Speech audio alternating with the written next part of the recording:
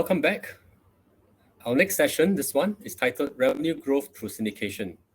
How Factinate is adding more revenue with smarter content and distribution strategies. In a session supported by Nordot, they have a very interesting long-tail revenue generating service that all publishers should be interested to know about. Nordot's syndication and sourcing platform enables publishers to earn additional revenue through different channels outside their main digital properties. Before we start this session, once again, here are some housekeeping announcements. If you have any questions, please post them at the live Q&A box at the bottom. For social media posts, please tag us at #AsianMediaLeaders and also at WAN-IFRA. For Twitter, our handle is at Newscof, NEWSCOF. Our moderator for this session is Chris Path. Chris is the CEO of Chris Path Tech Media. His company provides strategy and marketing services for leading technology service providers, technology firms, and new media companies worldwide.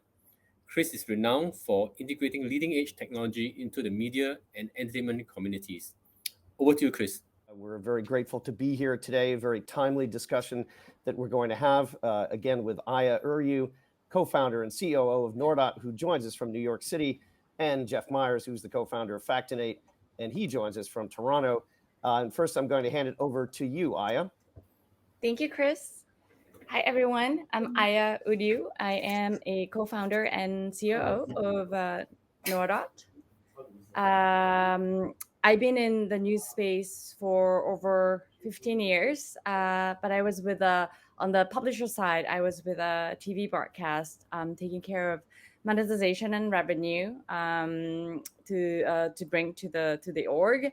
And after a decade, I'm with a technology side now, but doing basically the same thing on the same mission and bringing revenue and monetization to publishers. With Nordot, though, it's through syndication because Nordot runs a syndication and sourcing platform. It kind of looks like this. What we do is we bring content providers and content distributors together, and we kind of matchmake based on content relevancy and how complementary that is, and make sure that the content is shareable, monetizable, and deliverable. So that's what we do. And we bring monetization along the way when the delivery happens. So that's what we do. And currently we have over 2,000 publishers on our platform, posting news stories and republishing. And over here with us, we have Jeff from Factinate. They're one of our favorite partners, publishers that we closely work with, that we have quite great success with their syndication efforts that they just started. So I am sure Jeff can share lots of great insights. I'm passing my microphone to Jeff. Thank you, Aya. Hi, everyone. Thanks for dropping into our chat. My name's Jeff. I'm one of the co-founders of Factinate Media Group. We're a medium-sized publishing group. Factinate.com is our flagship website. It's a general knowledge and information site. Across our network, we do about 20 million monthly sessions.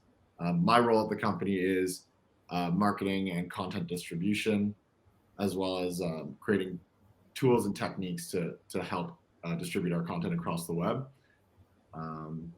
So yeah, let's get into a little bit about what we do. So Factinate Media Group is a modern media company. We leverage the latest platforms and technologies to help give us an edge as a newer player in the landscape, competing against much larger and more established brands than us. To sum it up into one sentence, Factinate Media Group creates world-class content. We create the tools to optimize that content. We build pages that maximize monetization, and we drive traffic using proprietary platforms and techniques, Our approach has made us an industry leader in time on site. We like to say we're one of the most read history publications on the internet. Our articles tend to run very long, and our readers like to stick around and spend a lot of time on our site. So you can see here, compared to some of the largest and most recognizable history brands, we actually have a lot more time on site, a lot more dwell time from our users in comparison to them. And a lot of that is due to the way that we create and optimize content, which I'll speak about right now. So this is a high-level overview of our content creation process. And this works across multiple domains. We've seen this working. I'll get into the syndication bit in a second, but a high-level overview of our content creation efforts. So all of our content starts out with a submission from our professional writers or career writers. They'll submit a piece into our in-house editorial team. Our editors will give it a pass-through, edit it for brand safety mainly, but also flow and cohesion, which will then go to the imaging team, where they'll put images into the content and sort of finish it up from like a story perspective, and then it comes back to the editor again for a final pass-through, where they'll do the marketing copy as well. So this is where really the content gets polished here. We'll create marketing copy, we'll do internal thumbnails, external thumbnails, titles, statuses, descriptions, that sort of thing, getting the content ready to be promoted across our network. And then we will publish the content, it hits the site, it starts to get traffic on it. And then this is really where the optimization piece of what we do, and really where our time on site is coming from, our increased time on site, which is the database content edit. So once we see how a piece has been performing, we'll go in and we'll essentially re-edit and rejig every piece of content based on how users are interacting with that. So we've seen great success doing this. We have tools that we've built and processes to sort of streamline this. And we can take a piece that generally has I would say 1 to 3 minutes time on site and boost that up to over 10 minutes time on site. And from that point, we'll be syndicating that content out through our partners like Nordot and pushing through our marketing channels. And I mean, with Nordot in our first month, I think we hit, we had a few pieces pick up, and I think we did 1 million page views across some of our different syndication partners, which if they're doing a similar time on sites, which we're doing on Factinate, is 10 million-ish minutes of dwell time on our partner syndication sites, which to me, it validates what we're doing, shows that our process works, but also shows that our relationship with Nordot is at the beginning of something that will hopefully be very successful. Thanks for that overview, Jeff, and thank you, Aya. And it's amazing, Jeff, how quickly you've grown, and it strikes me that you wouldn't exist without larger syndication. In the mid 20th century, we might have been like a daily Quizlet in a newspaper, but you were very much made for the digital era. I mean, very much a digital native company. But how does Nordot actually enable you to monetize your content in conjunction with, say, your own social and SEO? And also, I'm curious how you two found each other as well. So if you can talk to that, Jeff, you first, and then Aya, if you can chime in. Sure. So something that we do a lot of at Factinate Media Group is just testing new products and new solutions, new pieces of technology. We spend a lot of time and resources testing new things, new partnerships, and 99% of the time, I'd say it doesn't really go anywhere, but that 1% can really move the needle. So through one of the people I think they might have been the guys at Didna, introduced us to Aya, and then we're just like, let's give this a shot. We've always wanted to get into content syndication. We were sort of knocking at the door of certain syndication partners, but just having one partner that we can go and distribute all of our content to a number of different channels, what seemed appealing for us to dip our toes in the water, is sort of a good place for us to start. And how does the monetization piece work? I'll leave that to Aya, because as far as I know, we're syndicating a feed to them, which they are pushing out across their network. So yep, that's right. Yeah, sure. So yes, we met through Didna, and then they were, first time syndicating, and we were honored and we were excited to start from zero, white canvas. And initially, it took a bit of time to understand their content. It's very long form content, which we did not really have. Typically, our, kind of traditional news publishers are our kind of core customers. So the long form content we were not used to. So initially, which channels would be, suitable. It took a little bit of time, but then boom, as soon as they were active it just started, taking off. Though there was lots of efforts in it too, even though the takeoff after takeoff was a pretty quick growth. Constantly Factinate is awesome about how to analyze their own content. I admire how they operate. But even choice of words, headlines, and images, all that kind of details, we had to communicate to hash everything out. What would work the best for MSN? What would work the best for Smart News? The type of content that's performing on Smart News is completely different on what's performing on MSN. But we both, understand that. So we work towards what would appeal to, different channel. And that's what we are kind of working towards together as a team.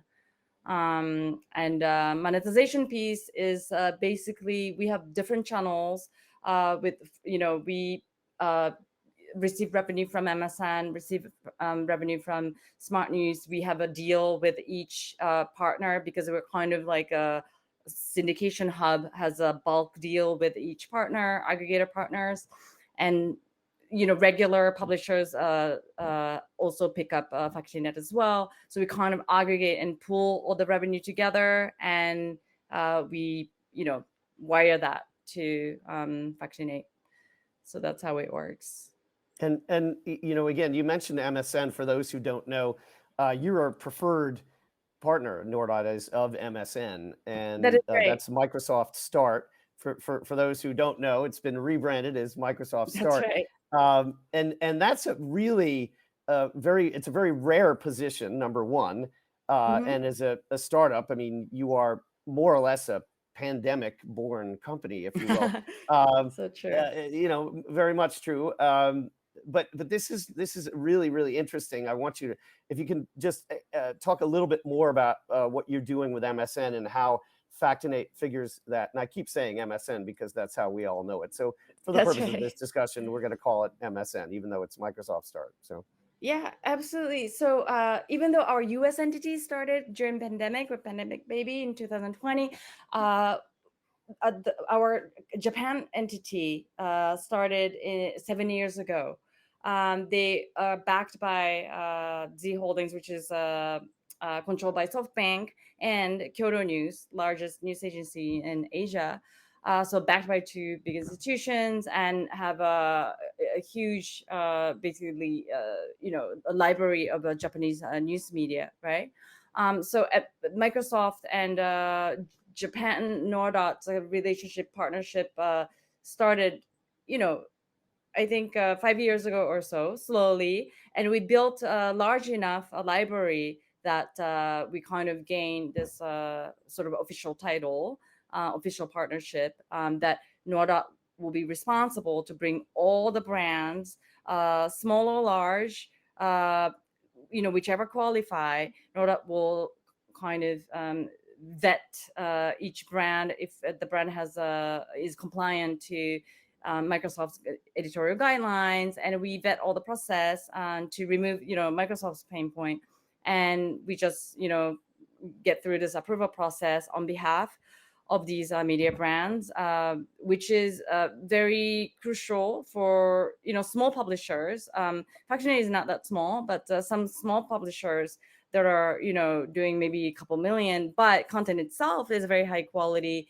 For them, it's useful to go through Nordot because they won't be able to have any human contact with Microsoft. So that's what we're doing. We are screening which media brands content would be eligible, compliant to Microsoft, and it would be appealing to Microsoft, and we're just being the passage through to get them onto Microsoft and gain more revenue.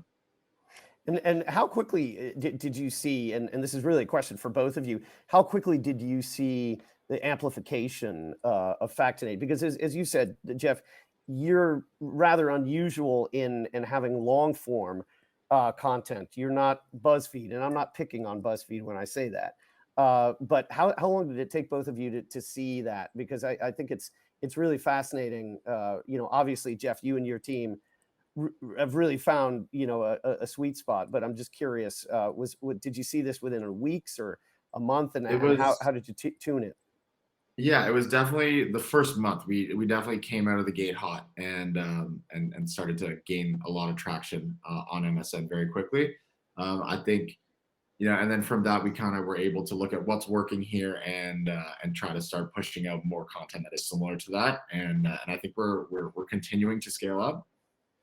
That's right. So, and we're exciting addition. We are, you know, going to add a slideshow, and we're constantly trying to figure out what's next. What's next on Microsoft? What's on? Is cool. Yeah, Yeah. Getting that slideshow working would be very, very cool. And you know, it is a really great sort of.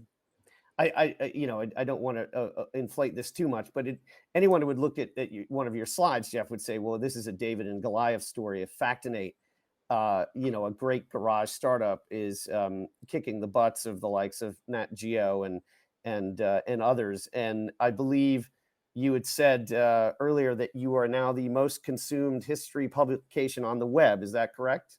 that's our boast. That's what we like to say, and it's based, you know, the numbers that we have access to are on SimilarWeb, and so I'm taking their monthly view times and that sort of thing from SimilarWeb. So, you know, maybe if they opened up their analytics and showed us what's really going on under the hood, it might be a little closer. But based on the information that I have, yes, that's what we can see. And yeah, we have extremely long time on site, generally 5 or more times more than the average site that does a short form content. So yeah, it's definitely been our ace up our sleeve. And I think it's truly, you know, relevant to today, right? I was listening to Global and Mail session earlier. Apparently, New York Times, 50% of subscriptions come from non-news content. I think that's exactly what Factinate is about. People love their content because it's so, you know, it's just it's not violent, it's not political, it's just very everyday, relevant, familiar. Yeah, the history, that you're curious about. It's good. It works every day, right? Like we don't have to rush our content out the door. We're not in that kind of race. That's right. So we have time. We are able to do like the database edit that leads to that really high time. Yes, that works really so well. Polish every piece. Yeah, and it's interesting because you hear about, you know, lowering attention spans and the consumption of video, the increase of video content. And although I don't disagree with those trends, like clearly there's still a market for long form article content. Mm-hmm. Yeah, this is, and you know, again, one of the things we really want to stress in this discussion is what both of you represent for the success of sustainable journalism, which really lies in being smart, right? Smart AI, smart curation, or smart content syndication. So the question here is, how can publishers, particularly in Asia Pacific, learn from both Nordot and Factinate in order to grow their business globally? I think it's just what we talked about, right? I mean, smart syndication means you're able to track and learn what's happening and do what Factinate is doing, this re-editing based on the performance and traction. I think that's, to me, smart syndication. It doesn't have to be, you know, super complicated. I think it, to me, smart syndication is about that. Track and evaluate. Yeah, and for me, like coming from I always take like a marketing lens to this sort of thing, and it always comes down to the tracking. And you always want to have everything tracked as granularly as possible, so that you can just start picking things apart and finding the trends. And you know, you just get you essentially just need to find what's working and then find ways to get in front of the people that's working for, or the market that's working for, and say, okay, this is working here, we need to do this here. And like I was saying, what's working on MSN might not work on SmartFeed, but we have the ability to see what's going on here, what's going on there, and we will put in the time to create those or cater to the different platforms. Yeah, I mean, it really is, you know, a classic you know, productions sort of piece here, because you're doing things, you know, we talked about how you're not news, or and back to Aya's point about the Globe and Mail conference, and where New York Times is audience is coming from is sort of non-news with respect to the breadth of their content. But it strikes me that we could see some real stars, maybe the Factinates of Singapore or others, who are going to find their way across the globe. Because for example, Aya, Nordot has this very interesting deal with Sony News Suite, which most people have never heard of, and yet you're syndicating, helping them syndicate, globally, this content that's on Android devices. I think there are all these very interesting distribution angles that are almost like a Trojan horse. I mean, it's really fascinating to me how that can happen. And I mean, I'm just curious. I mean, how do you see this going with Factinate? I mean, you've had such a great relationship to date, but it seems like you keep uncovering new avenues to grow revenue, and that's great for everybody who's involved. Yes, absolutely. And definitely expanding, geo, definitely it's a part of the roadmap, right? Because again, their content is pretty global, as long as, English language. So it works in Europe, it works in Australia, it works, many, it just goes beyond North America. So that's where we want to help explore. Yeah, translation is definitely low-hanging fruit for us. We should that's something we could explore for sure. Yeah. Well, and again, it's an interesting thing, because we've talked about, and Jeff, you mentioned this. I mean, we don't even have to look at the Cisco video index to know the percentage of traffic on the web that is video, and that's a lot of that is just because of bit size. Okay. But we have been living in the so-called post-textual world for almost 10 years or so. And, the Instagrams and TikToks dominate images, all you can eat audio, Spotify and Deezer, et cetera. But I feel that based on what both of you are doing, that we're witnessing the beginning of some kind of rebirth of journalistic content. My question is, how do you educate your colleagues who are mostly in news and those in content creation regarding better ways to source and syndicate content? If both of you can speak to that. You mean video?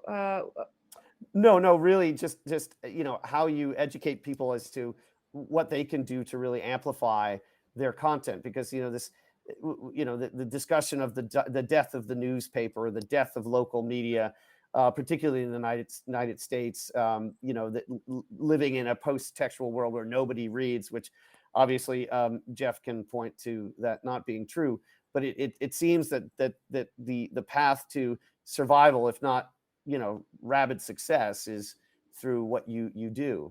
And I'm just curious as to I mean, obviously forums like WAN-IFRA are a great place to start, but just curious how you see this becoming a bigger trend.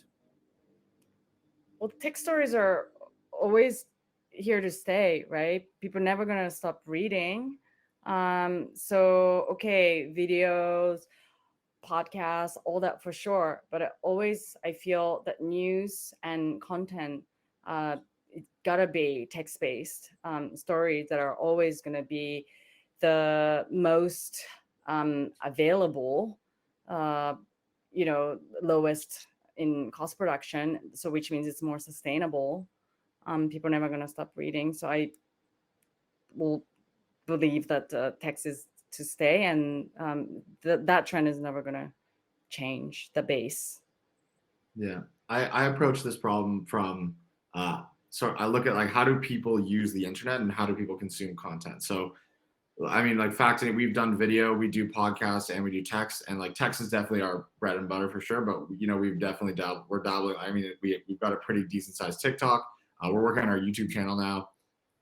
But yeah, and our podcast was decently successful. But I look at I think about how I used to use the web, the internet growing up. I used to go to a lot of different websites. I had like my 10 websites that I would always visit. But I look at how people use the internet now. People consume content now, and nowadays it's all through feeds. People don't want to go to different websites as much as, and they will. There are the certain like destination sites, and you want to become one of those sites. That's the battle we're fighting. But the easiest way to get your content out there is through feeds. Get on as many feeds as you can. I think of them like airports, and you want as many you want to be in all the airports, you want direct flights going to your destination. And so for me, it's like all the social platforms. And then when it comes to syndication, the fact that I can just plug in with Aya and Nordot and then be distributed through so many different platforms, like that's a big win for me as a publisher. And I would say that's a good place to start. That's great. And speaking of airports, we're going to fly over to questions from the audience. Nakia N asks, how big is the editorial team in Factinate, and how long did you take to find your rhythm in terms of how your content should be curated, and what analytics help the most in figuring all of this out? That's for you, Jeff. Yeah, so our editorial team is it's 10 full-time 10 full-time employees. 7 are focused on editorial and editing. So and then we have a much larger network of writers that have been all vetted by this team. How long did it take us to find a rhythm in how our content should be curated? I think that we recognize, so Josh, my partner, and I are both sort of like Jeopardy history guys, like geography, sort of general information nerds, if you will. And so it was just something that we thought would work. And when we started testing it, we saw it was working. So I guess we got lucky right there, just because there is a market for that. But what sort of analytics? So I think the simplest things you could have is like a Google Analytics. You definitely want to have ways that you can measure like where people are on the page and what they're engaging with. And then we have a real-time revenue attribution platform. That's pretty cool. It's called Assertive Yield. And that lets us look at things very granularly. When you put the two together, that's when you really start to get into like, okay, here's the engagement piece, here's the monetization piece. How do we maximize this and this, or where do we find the balance between these two?